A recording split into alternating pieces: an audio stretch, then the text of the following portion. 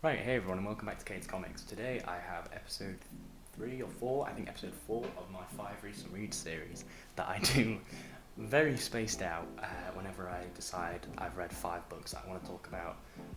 So today I've got the books that I'm going to be telling you about, and if you can see there's only 4, we'll get into that in a moment. That's because I sold one of them. And yeah, so today I'm going to be telling you about 5 books that I've read from 5 different publishers actually. Haven't planned it, but yeah, they're all from 5 publishers. So 5 books from 5 publishers as well. So if this is your first time watching the channel, then please subscribe down below to make sure you never miss another video. And if this is not your first time watching the channel, welcome back, and I hope you enjoyed this video like all the others. So, 5 books I read. Let's go in no particular order. So, first off, I want to talk about Killing and Dying by Adrian Tomine. I hope I'm saying that name right, Adrian Tomine. This is really, really cool. It's really interesting, and I absolutely loved reading this book. It's 6 short stories by Adrian Tomine. I really hope I'm not butchering the name. But yeah, I don't want to talk about it too much. I don't want to get into what each individual story is. But this book is just really strange, and it's really like looking into someone's life. There's a couple short stories in here that I really liked. Killing and Dying, which is the name of it, and Intruders and Amber Sweet were all really good. I really like those 3. Yeah, it's just 3 short stories that kind of look into a section of someone's life and what they're going through, and it's a really like sort of real thing. I sat and read this all in one sitting.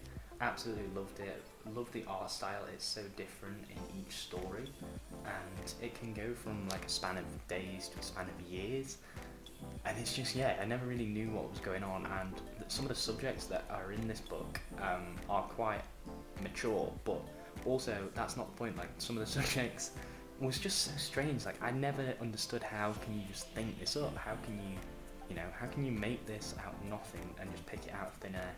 It's really greatly written. Yeah, one of the stories, Intruders, was probably, I don't know, or Killing and Dying was my favourite. I don't know, really liked it, and it stuck with me, and it really made me want to like just write my own sort of like real life short comic thing. But yeah, really highly recommend Killing and Dying. It's really great, and if you need a break from superheroes or anything indie, like, I know I'll take a break from superhero stuff to read indie comics, but then sometimes you read so many Image comics or Aftershock comics or Action Lab Studios or whatever that you get a little bit fed up with those. So this was something that really cleansed my palate. Yeah, there's other books by Adrian Tomine.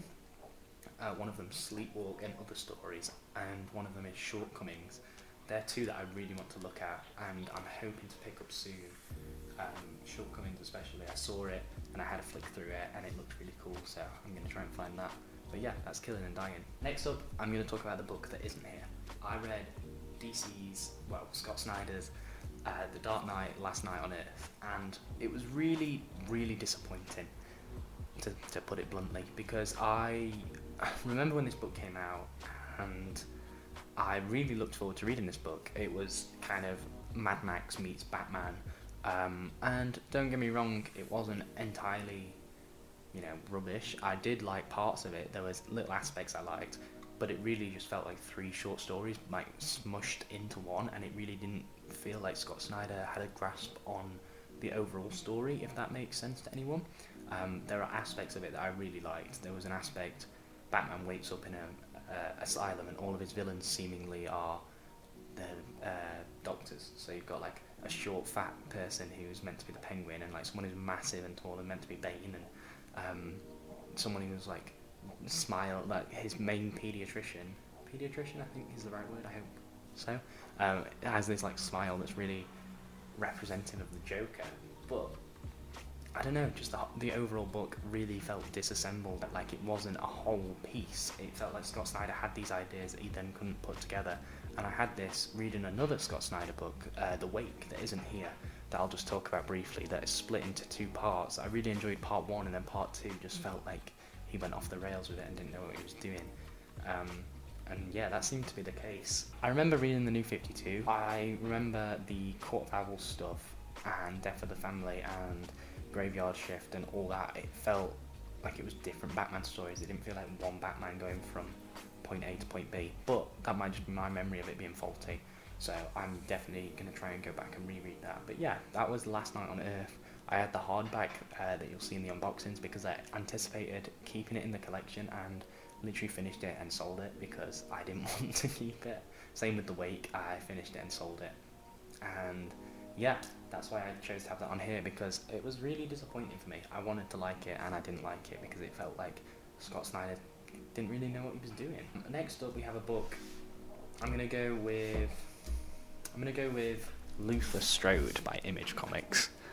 This book, the complete opposite. I adored every single page of this. I absolutely loved it. The artwork, the storytelling, the violence, the brutality, everything. I want to read this again already. I finished it in February. Bought this, read it over the span of 2-3 days. And I remember this is the only time, maybe Invincible slightly, but this is the only time that I've been like counting down the hours and seconds until I can be back home reading a comic. I remember being at work and I'd read part 1 of Luther Strode all in one go, and I just wanted to read the stuff with Jack the Ripper, I guess. Like, I can't remember if he's referred to as that in the book, but I just wanted to like get home and I was counting down the hours on the clock. But yeah, I absolutely loved this. Really, really great story. If you're into Invincible or just superhero stuff, but you like a bit more of gore and like violence and stuff like that, I'd highly, highly recommend it. It's just great, and it's a really great like story. It's just great storytelling aspect. Yeah, just really liked it a lot. I really liked all the extras as well. Like I sat for a good half hour and read all the extras in the back, like looked over all the drawings, all the covers, the script, everything like that. Absolutely loved it. Image Comics, Luther Strode. And number 4, I read all in one go again, Original Sin by Jason Aaron. This was one that I've had for quite a while, and I wanted to read it for quite a while, and I've been putting it off and off and off. I read it in 2 sittings over the span of one day, so I started reading it, read about half, and then finished it later that night. This was interesting. It was a really good Nick Fury story. Like, it's really interesting, and it's interesting to see introduced to a character whose name I can't remember anymore, who's got the massive eyeball on his head. Can't remember. But he's really interesting, and it's interesting to get introduced to it. It's got some really cool stuff in it. The ending was very satisfying for me. I don't want to spoil anything, but yeah, it was cool. It was cool. I think my favourite probably Luther Strode still. Now onto a book that I read literally about an hour ago before I started filming. This is Maniac New York, and this was really cool as well. I know I said that for all the books, but this was really cool. This is from Aftershock Comics Publishing. This was one I unboxed in my February haul, I think, in the Big Forbidden Planet haul. And I said I was really excited to read this because it's like a city has come to terms with a serial killer. It is that, and it isn't at the same time. You have this serial killer who's very Jason Voorhees-esque, who has been roaming around the city for 4 years almost, and has killed nearly like 500 people or something.